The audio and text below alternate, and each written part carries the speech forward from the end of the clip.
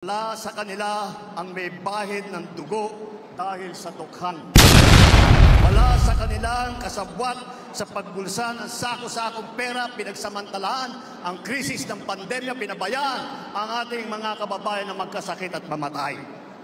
Wala sa kanila ang mga pumapalakpak sa China at natutuwa pa kapag tayo ay binobomba ng tubig. Sa estado niya bilang Pangulo, yung gagawa ka ng ganyang linya ng mga salita ay hindi bagay, di ba? Maring si dating Pangulong Duterte kasi yun ang style niya. Pero kung future ang pinag-uusapan, alam nyo, ito, ilagay natin sa positibong perspektibo ito. Sa buhay ng tao, para makarating ka rin sa susunod na level na iyong nais marating, kailangan kang tinatawag na mag-move on. No? Mag-move on. Then, kung ano man yung mga tinatawag natin na problema ng nakaraan, maaaring imbestigahan, maaaring gawa ng solusyon para hindi maging problema sa susunod.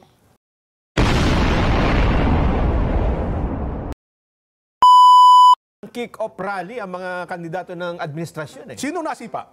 Nasipa yung dating administrasyon. Ganun ba? Sinipa, pinagtatadyakan Sa halip na yung kasalukuyang problema po ang asikasuhin at sabihin, eto yung problema ng bansa natin ngayon, eto ang susolusyonan nila. Ang nangyari ay, balikan natin ang nakaraan. Ganun ba? Nangyari. Hindi ba? Teka lang. Ang nabasa kong balita, Kuya Benny, Kuya Nelson, ang isinusulong ng partido, yung bagong alyansa, bagong alyansa para sa Pilipino ay pagkakasundo, pagkakaisa, at kaunlaran ng ating bansa. Yan po, ito yung Ayan, nakasulat dyan Diba? Yan ang tema nila.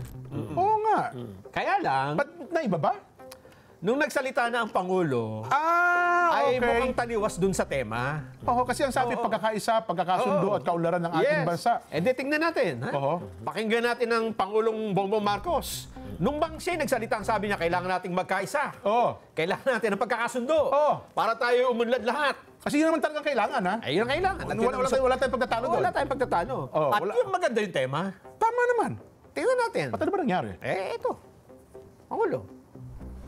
Wala sa kanila ang may bahid ng dugo dahil sa tukhan. Wala sa kanilang kasabwat sa pagbulsa ng sako-sakong pera, pinagsamantalaan ang krisis ng pandemya, pinabayaan ang ating mga kababayan na magkasakit at mamatay. Wala sa kanila ang mga pumapalakpak sa China at natutuwa pa kapag tayo ay binobomba ng tubig. Tinatamaan ang ating mga Coast Guard, hinaharang ang ating mga mangingisda, ninanakaw ang kanilang huli. At bukod pa ron ay inaagaw pa ang mga isla natin para maging bahagi ng kanilang bansa. Nakita, nagtataka nga ako, parang yung mga iba na naging kandidato, nag-deliver lang yata ng suka, nabigyan na ng certificate of candidacy. Dahil wala naman natin, wala ang ikukumpara sa ating mga kandidato. Kung ihahambing natin sa mga napulot nila, ang ticket natin mula sa Senado hanggang Sangguniang Bayan ay mga leader na subok sa serbisyo. Magandang record na pwedeng ipagmalaki kahit kanino. Ayun. Kuya Ben, kasi ang premise natin, ang isusulong ng bagong alyansa ay pagkakaisa, pagkakasundo at kaunlaran ng bayan. Bilang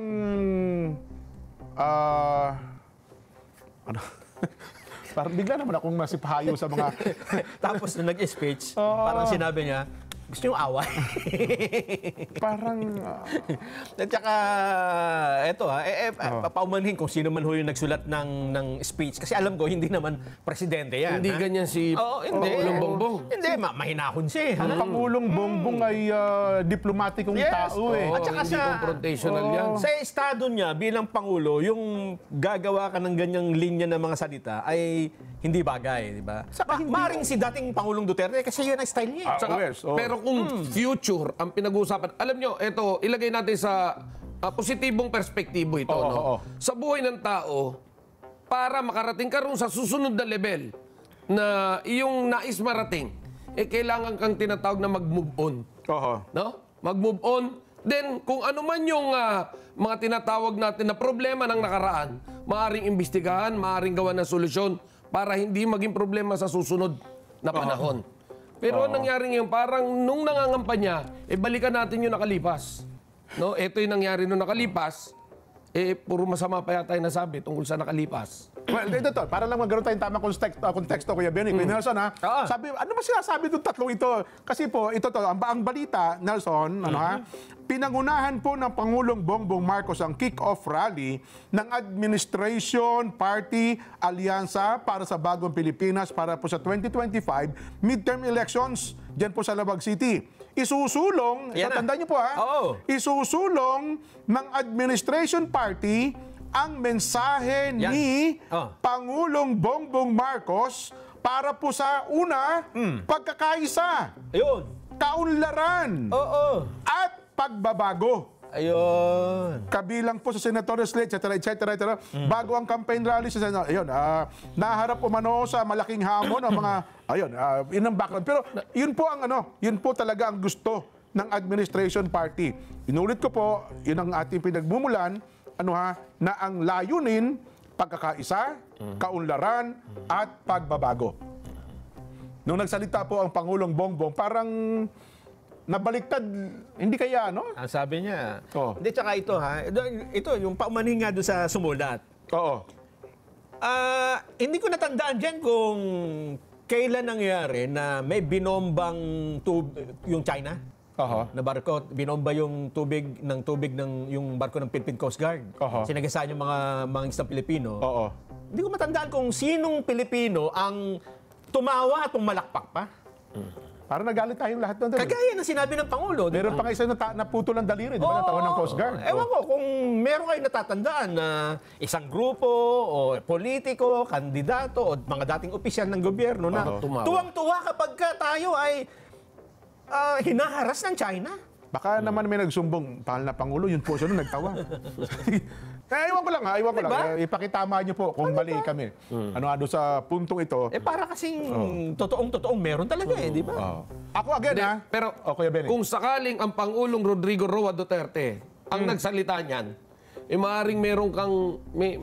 yun talaga style niya. Style niya. Pero lalabas na hindi mo literal na pwedeng pulutin isa-isa. Na ganun ang ibig sabihin. Yes. Pero kapag ang Pangulong Bongbong Marcos ang nagsalita, literal yan. Dahil statesman yung pagsasalita ng ating Pangulong Bongbong Marcos. So doon sa sumulat niyan, medyo may konti yatang... Parang sinusubo sa away ang Pangulo Di ba? Gusto mo pakinggan ulit? Sige, pakinggan natin ulit. Limi-limi, pakinggan nyo kung talagang hindi naman pwede natin sabing galit na talaga ang ating Pangulo dahil nga sa nangyayari, no? Pero unawahin hindi natin siya ganyan kung may katotohanan ba yung ilang bahagi niyan. Ako ayaw kong maniwalang... again, ang pinagmumula natin, ang gusto ng Administration Party, ang mensahe ng Pangulong Bongbong para po sa pagkakaisa, kaunlaran at pagbabago. Sige nga po, isa pa nga po, pakiulit nga natin. Anong binigyan din? Malimi natin ng konti. Wala sa kanila ang may bahid ng dugo dahil sa dukhan. Wala sa kanilang kasabwat sa pagbulsa ng sako-sakong pera, pinagsamantalaan ang krisis ng pandemya, pinabayaan ang ating mga kababayan na magkasakit at mamatay. Wala sa kanila ang mga pumapalakpak sa China at natutuwa pa kapag tayo ay binobomba ng tubig. Tinatamaan ang ating mga Coast Guard, hinaharang ang ating mga mangingisda, ninanakaw ang kanilang huli. At bukod pa ron ay inaagaw pa ang mga isla natin para maging bahagi ng kanilang bansa. Nakita, nagtataka nga ako, parang yung mga iba na naging kandidato nag-deliver lang yata ng suka nabigyan na ng certificate of candidacy dahil wala ang ikukumpara sa ating mga kandidato. Kung ihahambing natin sa mga napulot nila, ang ticket natin mula sa Senado hanggang Sangguniang Bayan ay mga leader na subok sa serbisyo. Magandang record na pwedeng ipagmalaki kahit kanino.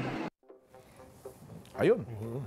Huwag natin pansinin yung last part, yung unang bahagi nila. Baka naman merong naunang pahayag ang Pangulong Bongbong Nelson. Kaya kung bakit niya naunang sinabi yun, wala akong alam. Hindi ko alam Yun ang lumalabas lang sa social media. Kasi kung sabihin na natin na may mga naunang pahayag, pero kung ang tema mo ay pagkakaisa, at Pagkakasundo at pagbabago. kaunlaran, hindi ka magdwedwell dito sa mga bagay na pwedeng pagmulan ng hindi pagkakasundo at parang magalit pa sa'yo, hindi ba?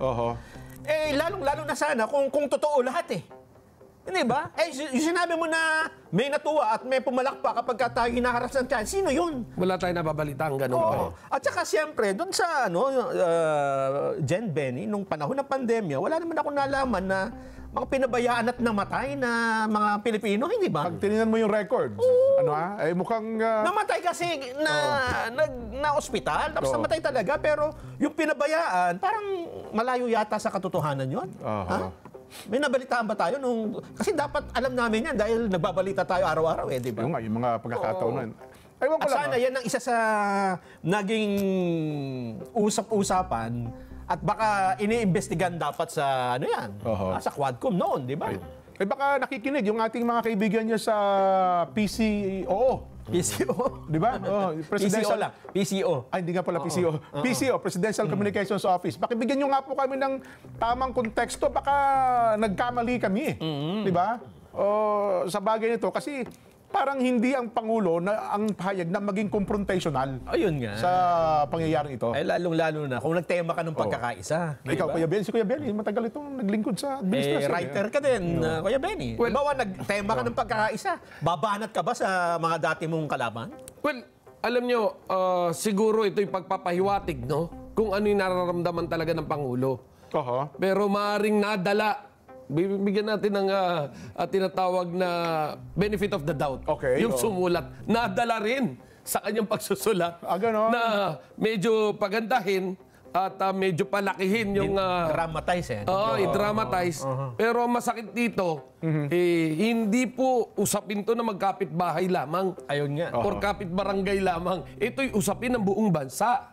Baka sabihin ng ating mga taga-subaybay, Benny Nelson, bakit hindi ba totoo yung sinabi ng Pangulo na meron talaga mga taong ganun? Baka naman totoo yan, hindi lang ninyo matanggap yung katotohanan yan na sinabi ng Pangulong Bongbong Marcos. Pero wala tayong alam na literal na pumalakpak. Una yun. Diba? Tsaka natuwa. Natuwa. Ay, kahit na sabihin nating... Meron man, kailangan pa rin natin patunayan. Dahil lang nagsasalita ay ang ating Pangulo. At saka, pag pinag-uusapan na teritoryo ng Pilipinas, naku ba, sa tingin ko naman, walang, di ba? Walang natutuwa na kinukuha yung teritoryo natin. Yes. Di ba? Oo. Diba sa kanyang unang zona, sabi ng Pangulong Bongbong, isa man sa metro kudrado, kaliit-liitang bahagi ng ating bansang Pilipinas na hindi tayo papayag na makuha ng ibang bansa. Tama lang At naman doon yun. nagtayuan ng mga mababatas, nagpalakpakan, tama ang Pangulong Bongbong. Yun ang pinalakpakan. Yun ang pinalakpakan. Saka yun rin, kahit ako nasa studio na, nagpalakpakan din tayo. Yun ang pinalakpakan natin, hindi yung... Dahil dapat nating suportahan ang ating Pangulo. Dahil ang pinaglalaban niya ay ang ating lupain. Ayun. Well, sana, baka tayo naman naniniwala, minomonitor tayo ng PCO ni Secretary Cesar Chavez. Sir, baka naman baka meron kayong mas magandang konteksto bakit napunta sa pagkakataon tagpo na yon ang Pangulong Bongbong na para bagang gusto makipagbabag. Hindi, tsaka parang gusto makipagsuntukan At yung sinasabi pa niya, Jen, na yung sa pandemya, kumakot daw ng sako-sakong pera. Tapos nangamatay yung mga pinabayaan yung mga kapwa natin Pilipino. Ang alam kong may kaso niyan ay si dating Secretary Garin, di ba? Na inabsuelto niyo na lahat eh. Ibig sabihin, wala naman pala kasalanan eh. Ang kaso yata yun sa Dengbax naman yung ating... Dengbax siya. Pala, sorry. Nagkamali ako. Akala ko may kaso niya sa Amerika. Si Yusek ng Yung sa DBM. Sa COVID-19 ba? Wala pang may nakaso? Meron. Ata yung Pharmally ata yun. Inakasal pa yun. Ayun naman pala. Baka yun ang tinutukoy niya doon. Pero doon sa natutuwa sa China, parang yun ang wala akong makita. Nadawi. Pasensya na. Nadamay tuloy si... Pero yun may ibang issue yun. Ibang issue nga pala yun. Dengbax yun. Pero bakuna din yun eh, di ba? Pero dinismiss. Dinismiss nga. Tanggal lahat eh. Tapos nung kinabukasan, nagpirmahan na. Ay, nako. Pero mayroon hanggang last 6 tignan natin. Baka malay mo naman again ang point lang po ng palatuntunan ito, mukhang kaiba doon sa kagustuhan ng administration party ang naging Taliwas. tema ng pahayag ng Pangulo na sa halip ng pagkakasundo, pagbabago, at ano pa man, para bang gusto makipagbabag ng Pangulo. Ano ha? Tsaka dyan, di ba, ang gusto natin dito, ayaw natin na una, napapahiya ang presidente. Ayan. Pangalawa, pag kami ginagawa siyang mali, dapat siyempre sasabihin mo, mahal na Pangulo, mukhang hindi na yan tama. Oho. Kasi Pangulo na po kayo eh. kung papabayaan natin yan, Oo. lalala ng lalala, akala nila tama ng tama yan, di ba? Oo. Hanggang sa dumating ang panahon, hindi ka na ngayon maka-ahon. Hindi ka na maka-move on. Hindi mo na mabago, hindi ba? At sa bandang huli, sino ba sinabing parang pinabili lang ng suka? Ay alam kong yung pinabili ng suka naging may kumandidato na. Ang alam ko ang alam ko at napanood ko sa TV na bumili ng suka ay si Manny Pacquiao. Yung, para sa iyo. Parang may pa-ads na ng ganun tayong dati. Pinabili siya ni Bakit naman edited yun? Hindi ba edited yun? Nanay Junicia. Oo, Sabi, pinabili lang kita ng suka. Bakit kayo pagsuntukan ka? Meron ka ng medalya. Meron ka ng mga medalya. Champion na. Sabi ng Pangulo, hindi, pinabili nga ng suka. Pagdating dito, kandidato na. Sino kaya pinariringgan ng... Hindi, ang daming sukang nabili siguro. Sabi naman ni Senador Bato de la Rosa, Oo. huwag mamaliitin yung mga bumibili ng suka. Oo. Kasi nung araw, yan ang trabaho ko. Ako ang tagabili ng suka. Ganun ba? Ay, nako. Anyway, doon sa atin ng mga kababayan, ha? Ano ngayon ang ating ibobox populi na para tayo ay meron ng mapagsalu-saluhang paksa. Kasi kahapon ang tanong natin umaasa ba sila nang magkakaroon tayo ng malinis at mapayapang halalan.